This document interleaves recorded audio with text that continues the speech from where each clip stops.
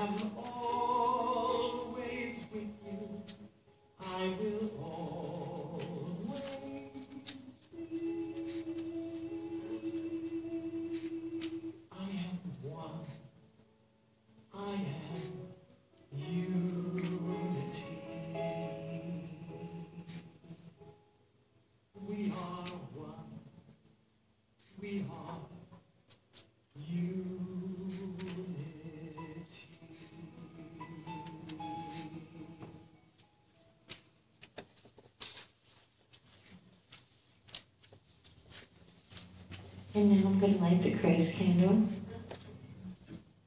which, as we all know, is a symbol of the Christ within each of us and within our service today.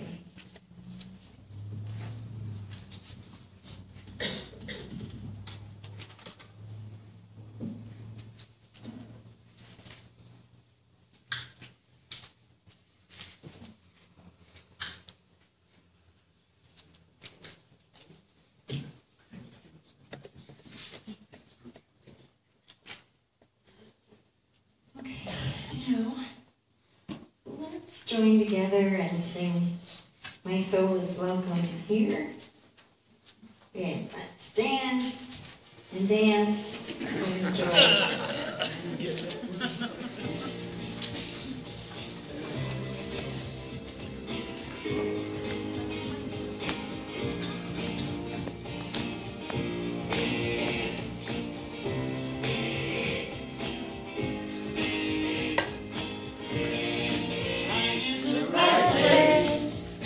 The right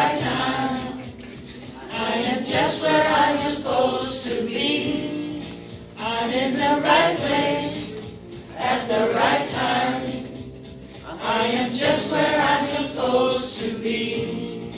I'm in the right place at the right time. I am just where I'm supposed to be. I'm in the right place at the right time. I am just where I'm supposed to be. Oh, my soul is welcome here. Oh, my soul is welcome here. I am getting the message loud and clear. My soul is welcome here.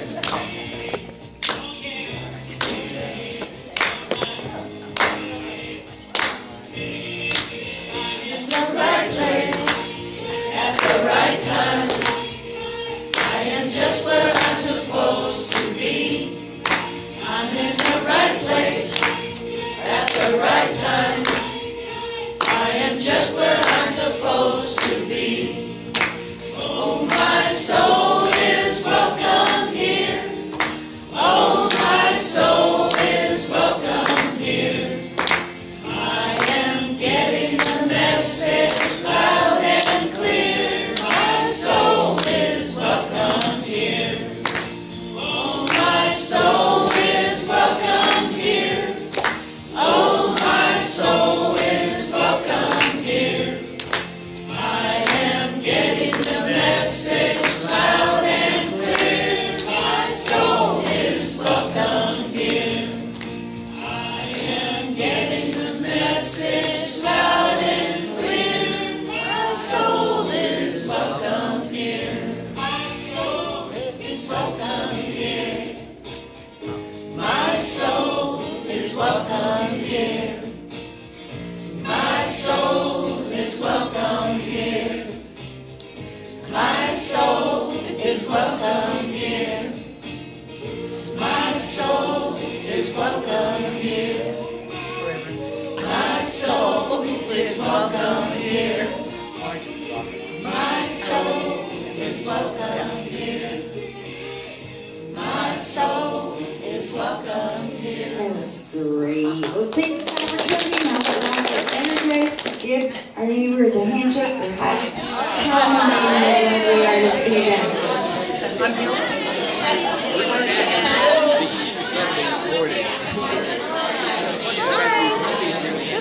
How are you? I'm good. Nice to see you too.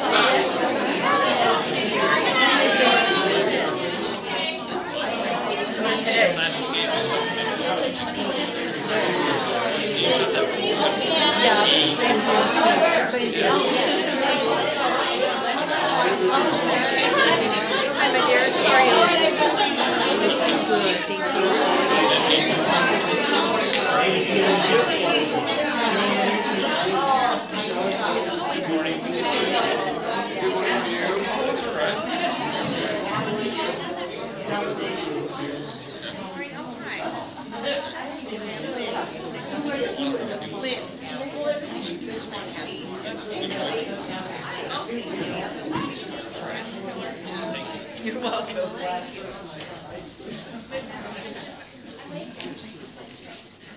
This is always so good to do, isn't it? It's good to reconnect. Now we're going to read the daily word for Sunday, April 23rd, 2017. The word is freedom. The affirmation is, I honor and celebrate all humankind. The myriad uniqueness of humankind is to be honored and celebrated. Each and every person is a creation of God.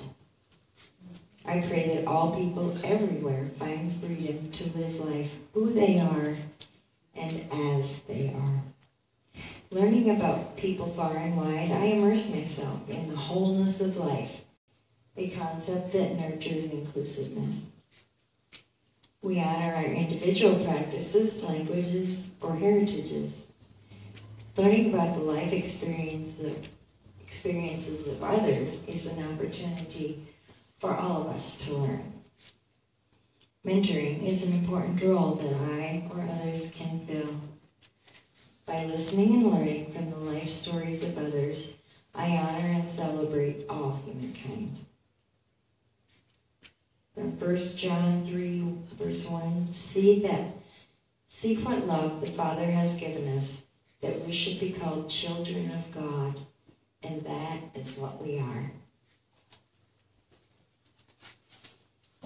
And now, if we can affirm the unity basic foundation principle together, there is only one presence and one power in the universe and in my life, God the good, omnipotent.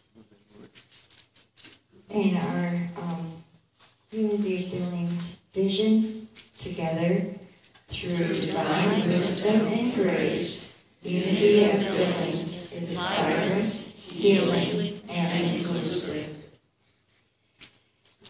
And now I think color. We're going to stick it.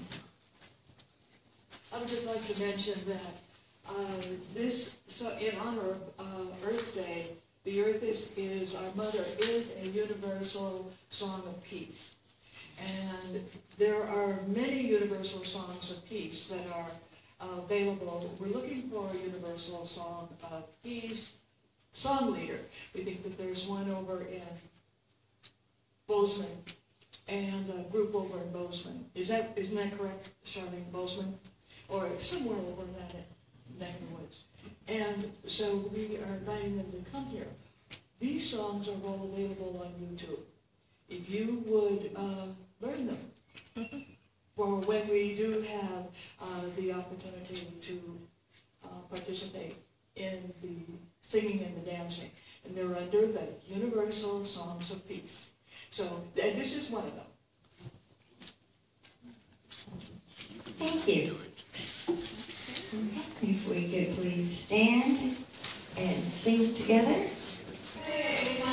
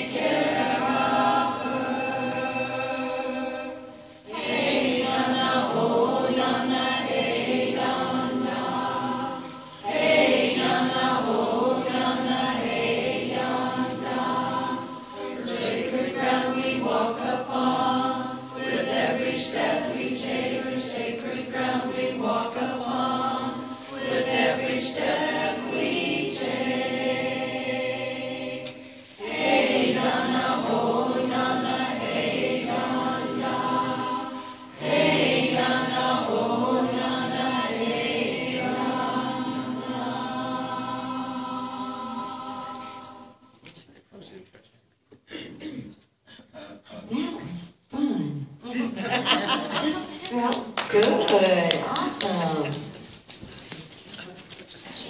Okay, now down to business. All right, I'm going to announce our upcoming speakers. April 30th, Reverend Terry Steinbrink will speak with us again. On May 7th, we have Reverend Karen Branett. May 14th will be Reverend Culliver Brookman. And on the 21st, Danielle Agnew will be back. I want to remind you that we have a new member orientation. That'll be next Sunday, April 30th at 11:15. If you're interested, you can see Reverend Brookman. Unity has a team for the women's run. I just barely got signed up yesterday. I'd just like to let you know that if you want to get a free t-shirt, and they're nice, you should sign up, you have to sign up by April 26th. The sign-up instructions are on the back table. Kitty is here. Yay, Kitty's here. And she's the one that's And there's a breakfast afterwards at Channel 2, but we need to know how many. So if you want to go to the breakfast, you need to text me or Joni. Joni's here. I'm going to the breakfast. Where are we going to meet, Kitty? Oh, I have to go downtown and figure that out. How I'm about the thinking the courthouse? federal Yeah. courthouse steps. Courthouse, yeah. Yeah. Do you want to? Not really. Yeah. Okay, I'm kidding. And I think I'm here. So we are probably going to meet on the federal courthouse steps. It's kind of where we met last year. If you need a ride or if you want to carpool, we could meet here and then go down. So there's not so many cars down there. I am going to go to breakfast at K2. And Joni Seeley is taking that count for Channel 2. And I don't know what else I was going to say. But come join us. We're going to have fun. Yeah, just be sure to get signed up and let us know about the breakfast. That's one of the best parts. And again, sign up by the 26th and you get that free t-shirt. Now today after the service, we have Dan Geiger here with us. He's right over there. And he's going to give us a presentation entitled How to Stay Spiritually Balanced in a Fear-Based Society. You're invited to stay after the service for that. It starts at 11:15. It'll last about 45 minutes. This is the first of a 6-month series of presentations, and they're hosted by the Billings Baha'i community in preparation of the 200th anniversary of the birth of Baha'u'llah, the founder of the Baha'i faith. Sounds very, very interesting and very timely. Also, tomorrow evening at 6:30, Rebecca Flores is going to present a workshop. It's an interactive workshop. Do you want to just give us a little rundown? Thank you. I'm really excited to have this first workshop here and to talk to all of you and to be able to see smiling faces. One of my joys is to work with people and work with groups of people who are looking to really come back into the alignment, their presence of peace. And what is our power? When I say reclaim your power, well, it really is not only your personal energy, but your life force, which is one with God, divine I am, universe, source, spirit, love, peace. And one of the things that I have found is that often we get distracted and we forget where our place of peace, presence, and our true power lies. And so one of the things that we'll be talking about is how to get back in touch. We'll be doing exercises to get back in touch and call back our full center and move how to keep that vitality throughout our regular day and move forward and kind of direct it and be in the flow with that. Thank you. That sounds really exciting. I think that's going to be wonderful. The tuition for that is $35. It is tomorrow evening at 6:30 p.m. here at Unity. How long is it? 2 hours? 2 hours. It lasts approximately 2 hours. All right. Also coming up next Sunday is Spring Cleanup Day. Sue Reisberg is in charge of that. She's right here, so we can speak with her and get the details of what we need and what we need done. Charlene Inglis is on the other side of the church, our prayer chaplain. She's available to pray with you after the service. Just let her know. She's wonderful.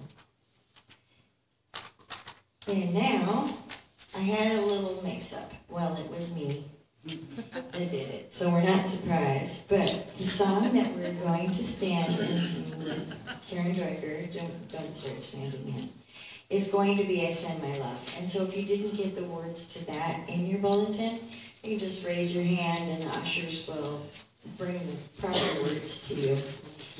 And also, I'm just going to mention that the reason that we are having this last-minute change in the music program is because Velma stepped off her deck and injured her foot. And so I want to let's send our love to Velma, healing energy.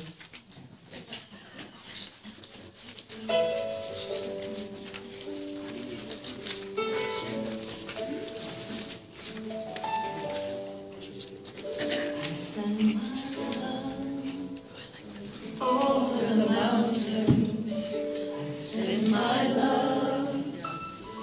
Over the sea, I send my love.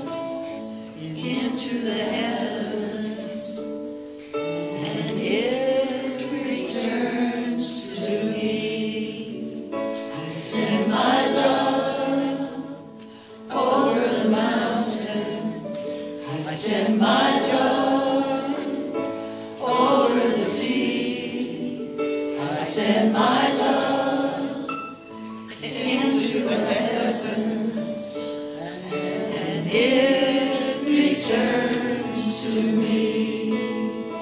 I send my joy over the mountains.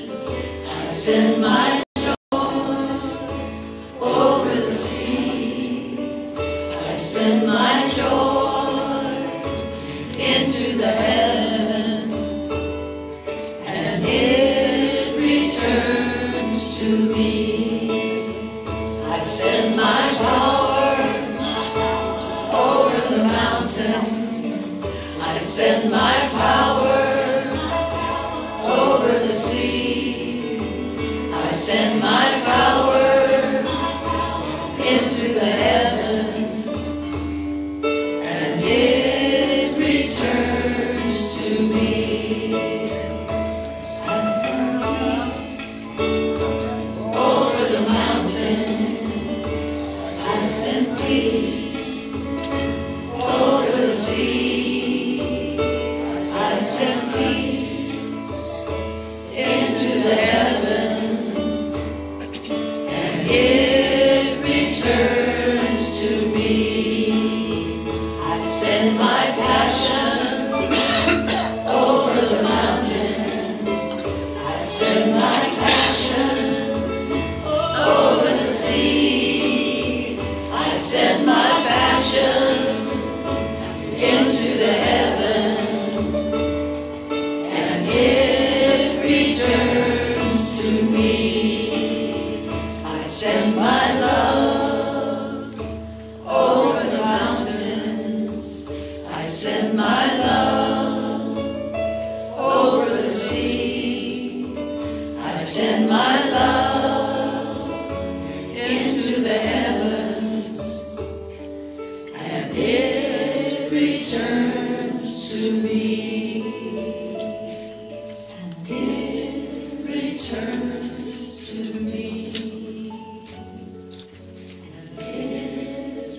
to me.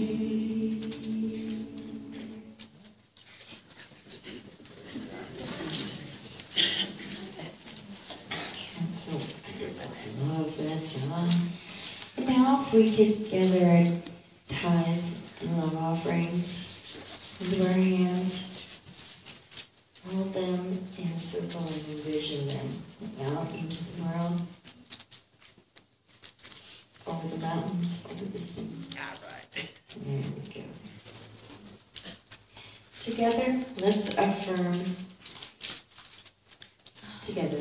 Divine love Flowing through me, blesses and multiplies all that I am, all that I have, all that I give, and all that I receive. And I am grateful. Thank you, Ian, for stepping in.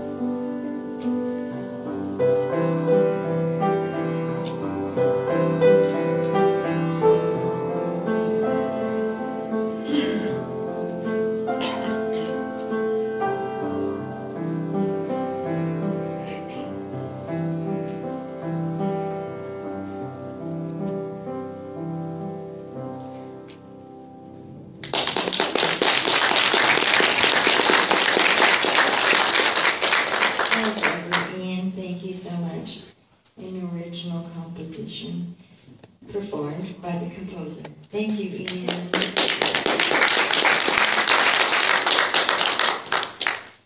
And now the ushers will please come forward.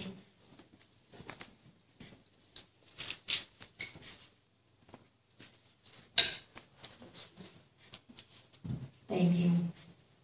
Thank you for your love, your tithes and love offerings. And just envision these going out into the world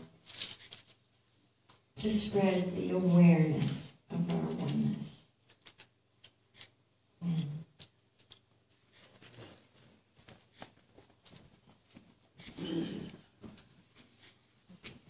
Okay, now our next song, if you please stand and sing, and the words should be in your bulletins without an issue.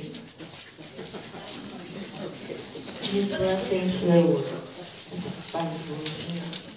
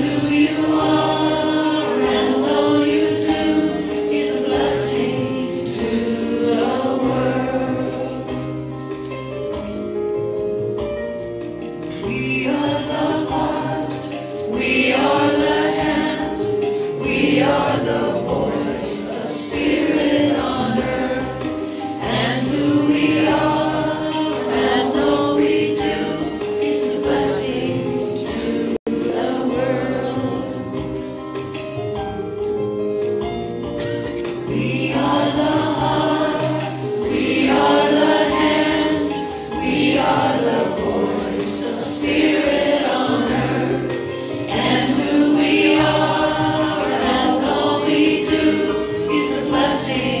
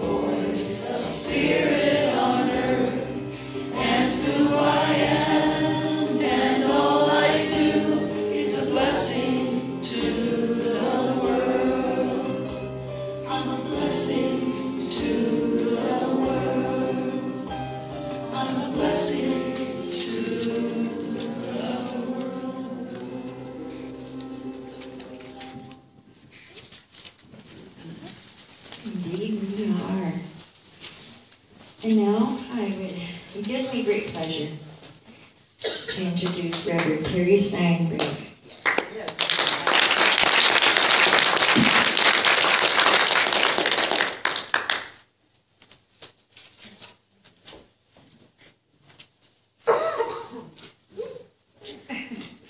Welcome, everyone. It's great to see you all. Well, today we're going to talk about spiritual hunger and spiritual thirst. This is a topic that is near and dear to my heart. It's one that I've wanted to speak about for a long time, but it's also kind of a tricky subject to dive into because spiritual hunger manifests different for each of us.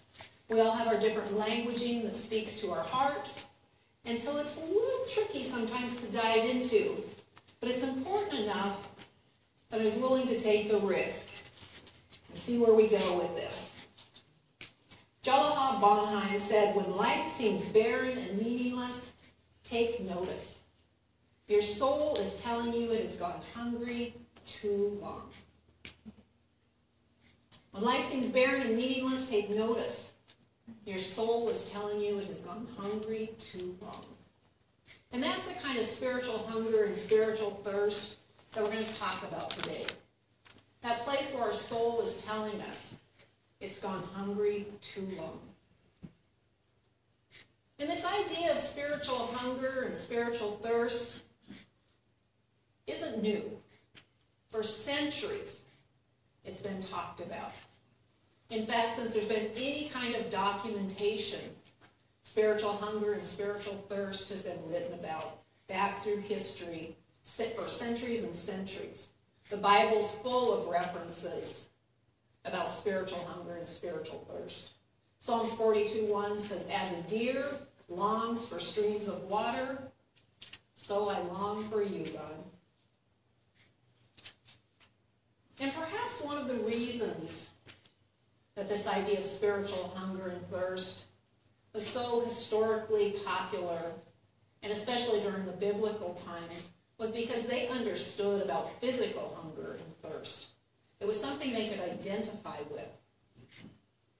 The verbs for hunger and thirst mean an intense desire, an ardent craving, an all-consuming pursuit.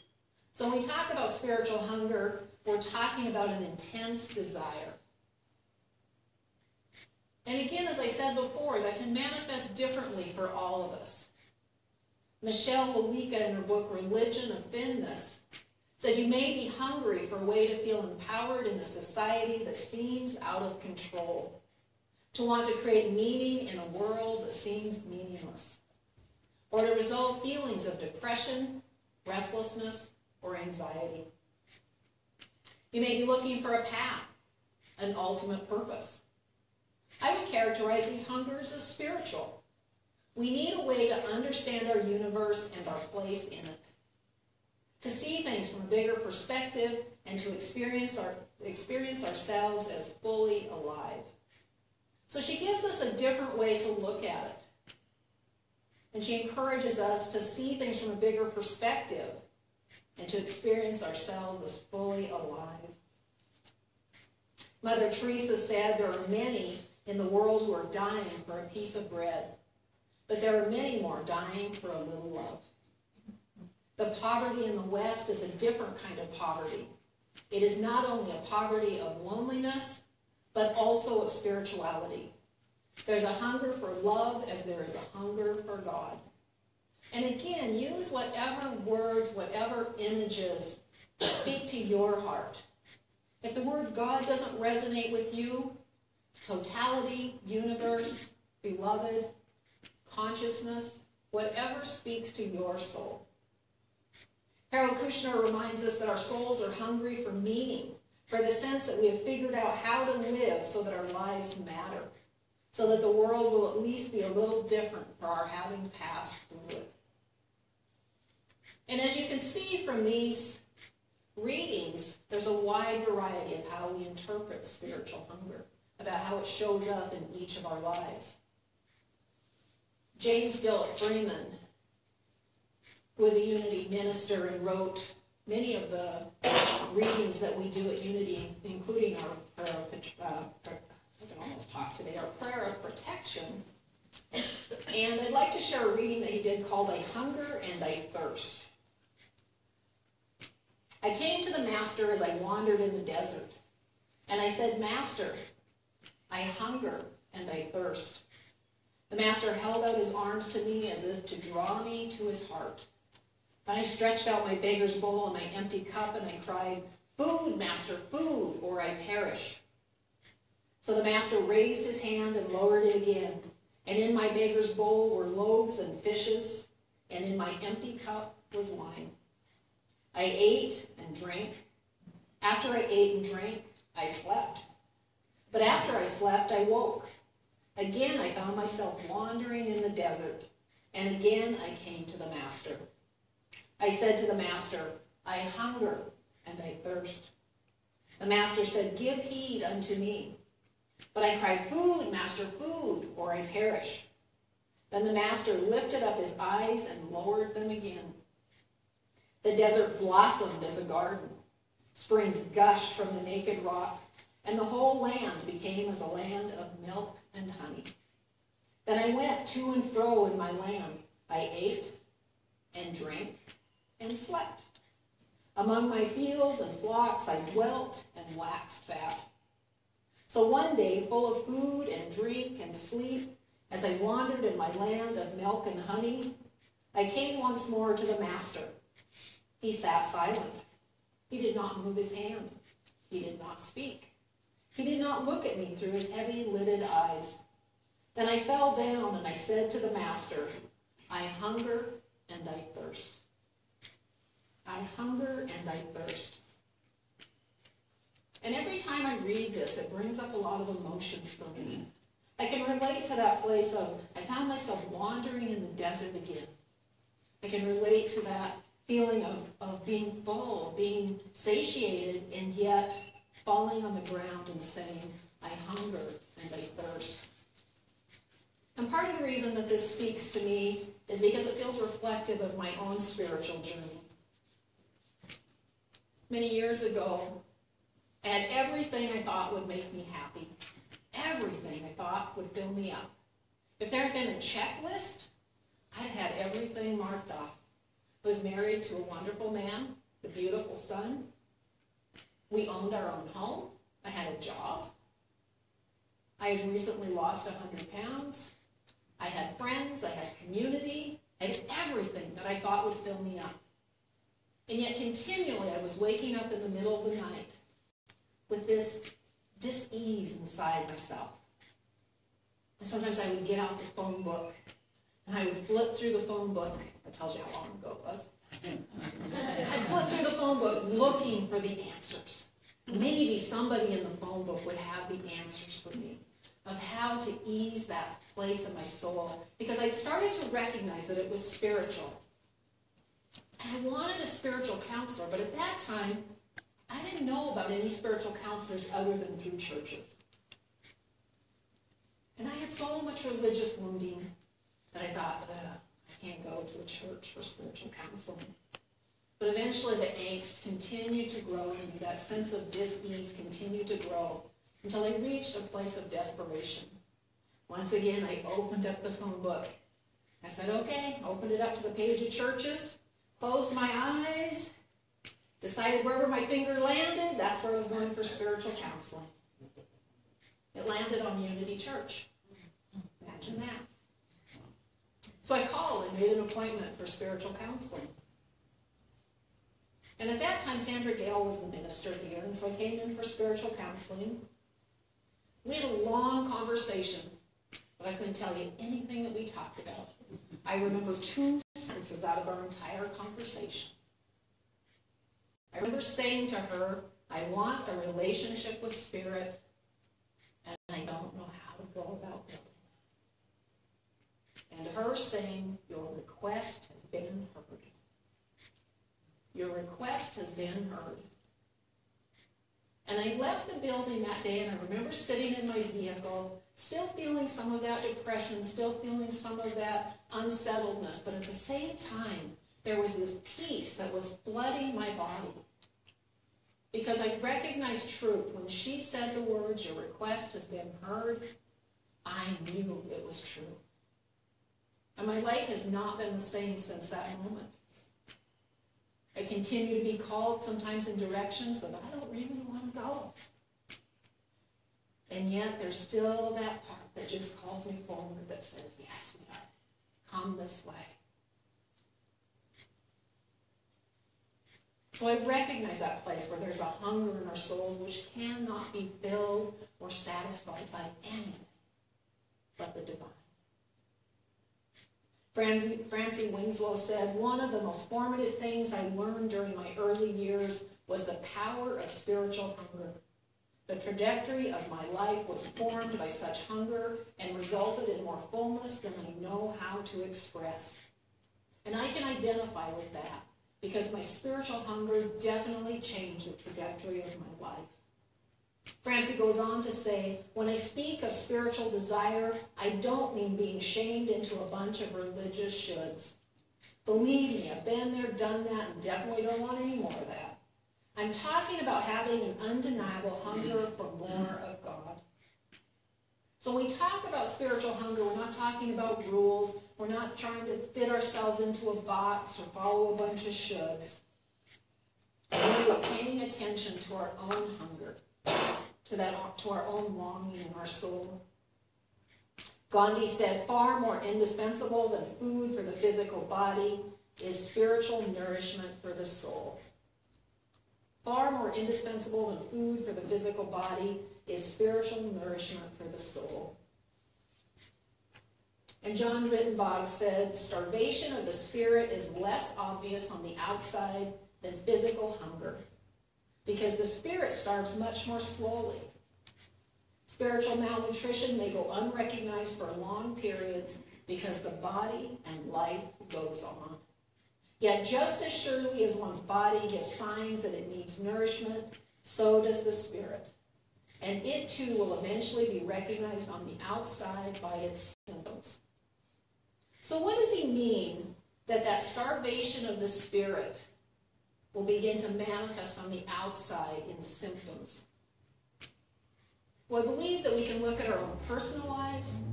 We can look at things going on in our nation right now. And we can see that there is a starvation of the spirit that's taking place in the things that we see going on and the things we're experiencing in our own lives. And personally, I believe that one of the ways that spiritual hunger manifests is through addiction and compulsion. And this idea isn't new. Carl Jung in the 1930s was convinced that spirituality was instinctive to human nature, and that in the second half of our lives, mental and emotional problems could not be cured without meaningful attention to our spiritual lives. In the 1930s, Jung was seeing a patient named Mr. Rowland.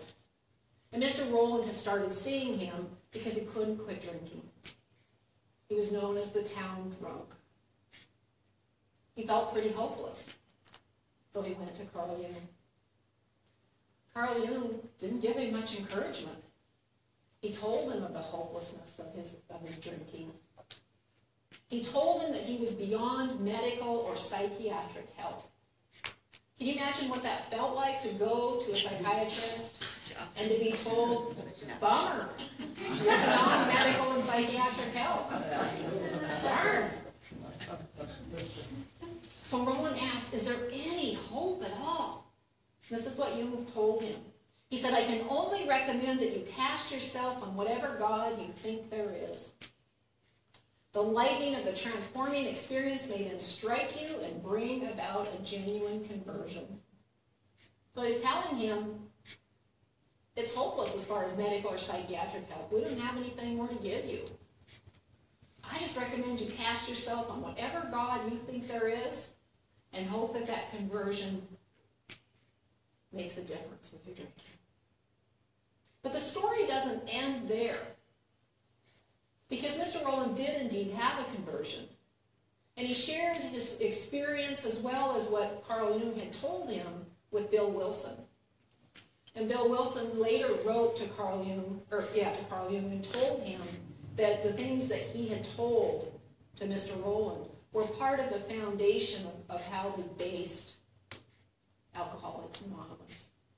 And one of the reasons that the 12 steps have been so successful is because they take into account the need for the spiritual. They recognize that addiction is a spiritual hunger and a spiritual thirst.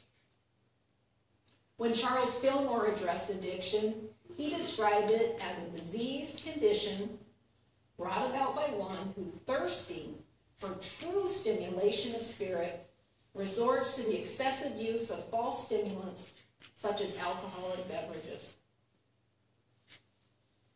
Charles Fillmore goes on to say, the way to demonstrate over this condition is to turn wholeheartedly to spirit and to realize and to affirm that the desire for false stimulants is dissolved and dissipated, and that the pure spiritual life of Christ satisfies and uplifts. Carl Jung also said that the craving for alcohol is the equivalent for the spiritual thirst of our being for wholeness and union with divine.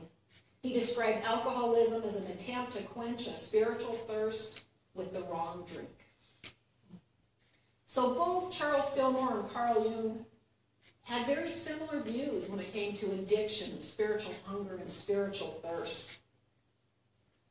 Alice Cooper said, it doesn't matter how many drugs I take. I'm not fulfilled. This isn't satisfying.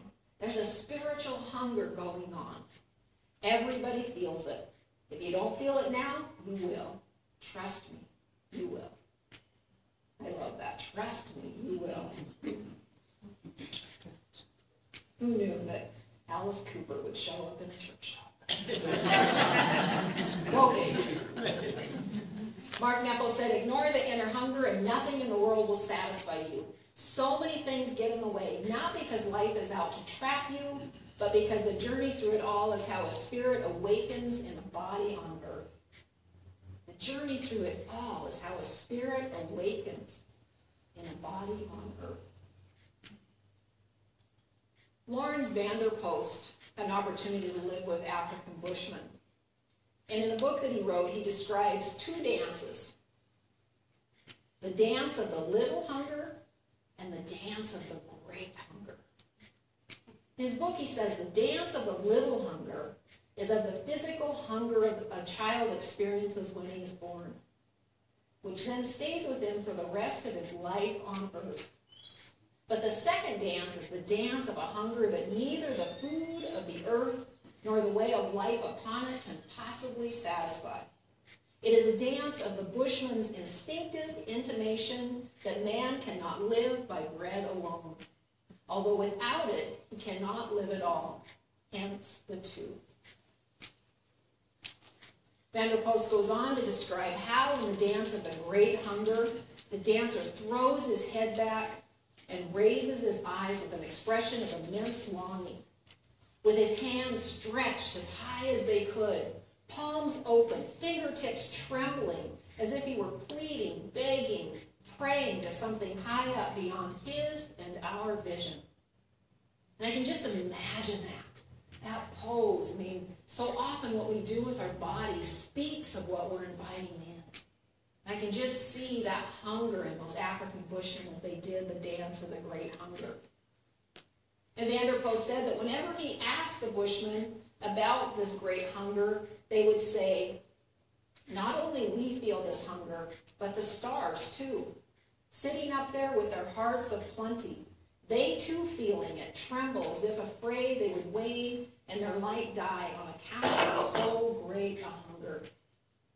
So these African Bushmen recognized their connection with all creation, and that all creation had the same longing, the same great hunger.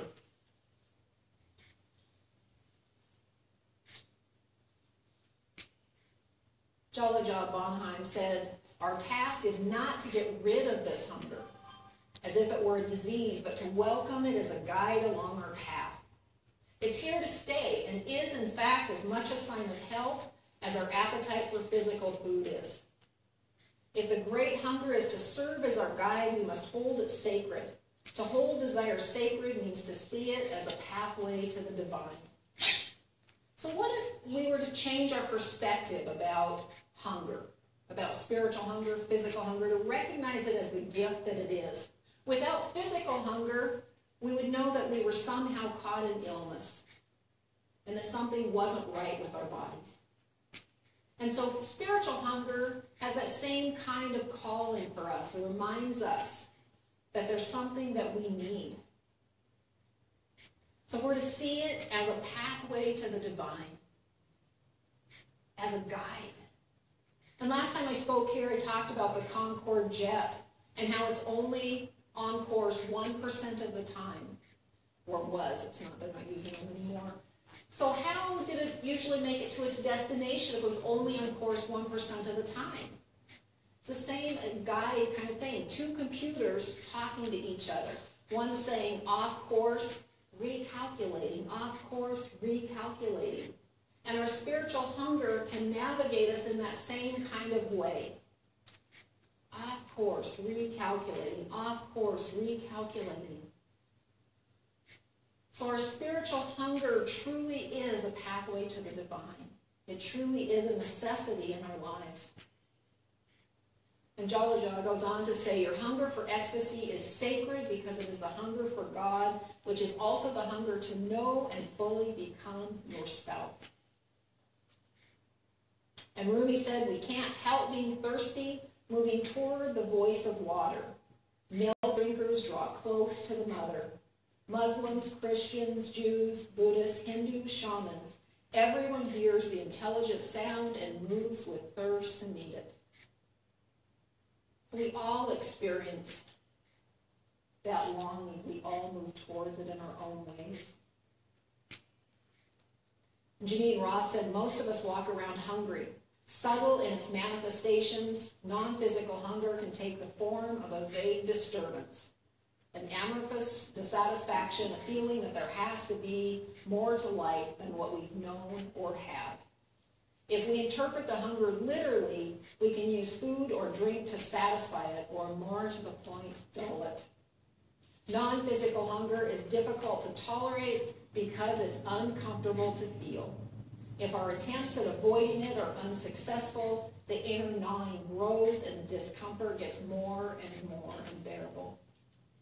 And it's as that discomfort becomes more and more unbearable that oftentimes we're willing to acknowledge something's missing. May not know yet what it is, but I recognize something's missing. In A Course in Miracles, lesson number 50 says, here is the answer to every problem that will confront you, today and tomorrow and throughout time. In this world, you believe you are sustained by everything but God. Your faith is placed in the most trivial and insane symbols. Pills, money, protected clothing, influence, prestige, being liked, knowing the right people, and an endless list of forms of nothingness that you endow with magical powers. All these things are your replacements for the love of God. All these things are cherished to ensure a body identification. They are songs of praise to the ego. Do not put your faith in the worthless, it will not sustain you. Only the love of God will protect you in all circumstances. It will lift you out of every trial and raise you high above all perceived dangers of this world into a climate of perfect peace. It will transport you into a state of mind that nothing can threaten, nothing can disturb, and where nothing can intrude upon the eternal calm of the Son of God.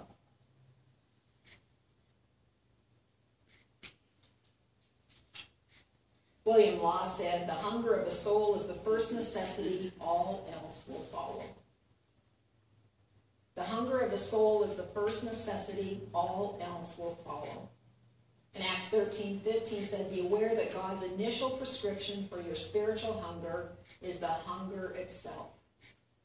So we need to understand that the hunger is there for a reason. Be aware that God's initial prescription for your spiritual hunger is the hunger itself.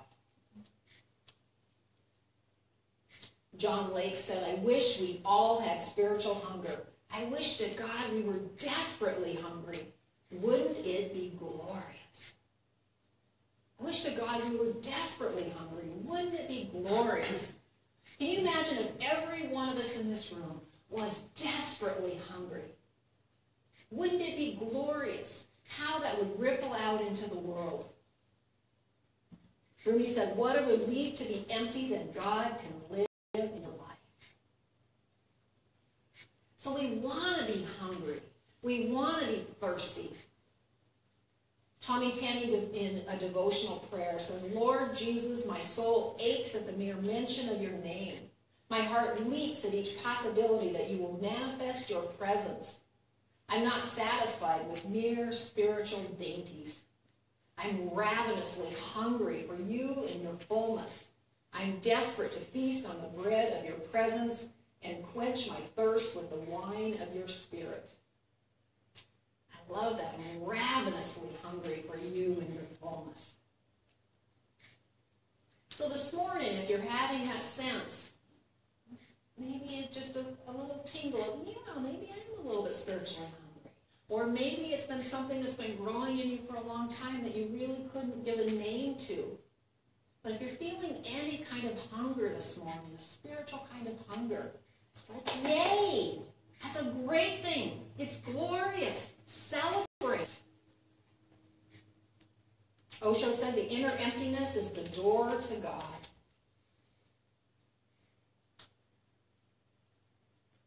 Pope Francis said, beyond physical hunger, human beings carry in themselves another hunger, a more important hunger that cannot be satiated by ordinary food.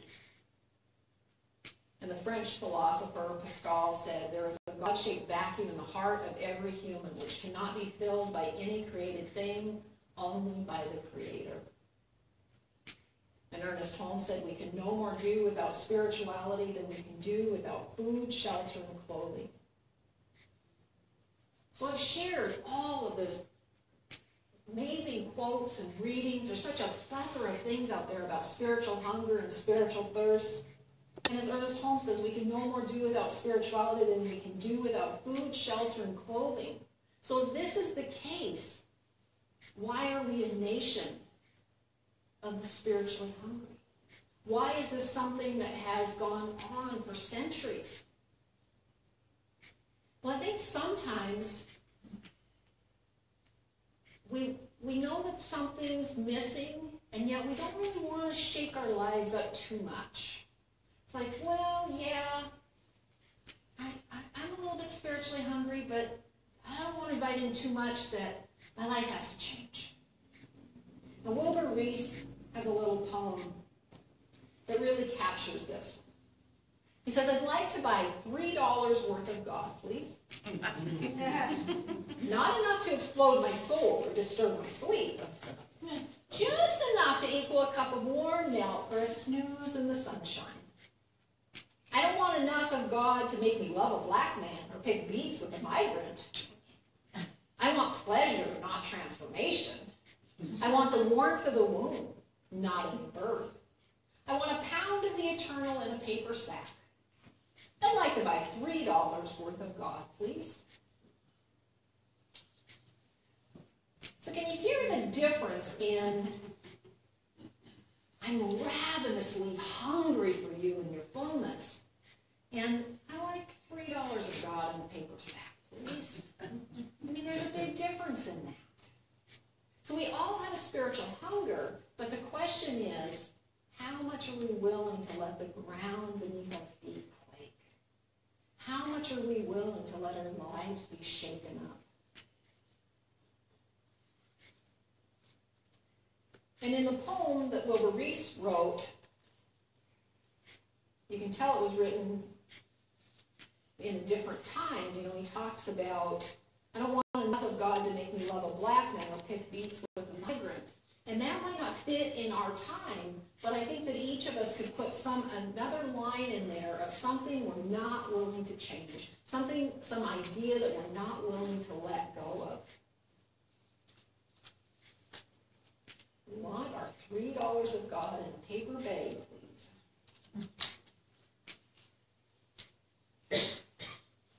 Jeremiah 29:13 said, you will seek me and find me when you seek me with your whole heart.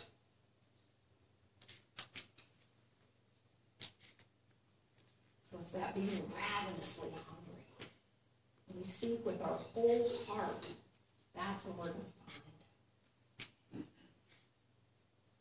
Nancy Pope Mayorga said, the whole secret is to make yourself ready.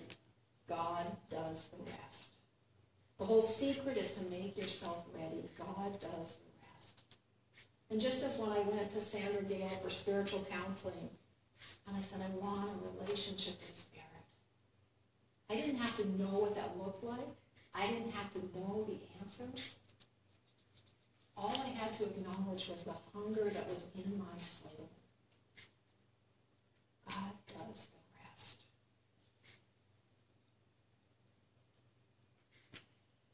And I'm going to repeat John Lake's quote again. I wish we all had spiritual hunger. I wish that God we were desperately hungry. Wouldn't it be glorious? I invite you this week to pay attention to any hunger that's rising up in you. Celebrate it. Recognize it as being glorious, as being a guide. And next week, I encourage you to bring your hunger with you. And we will explore in a deeper way some different facets of this idea of spiritual hunger. So this week, go forth and be hungry.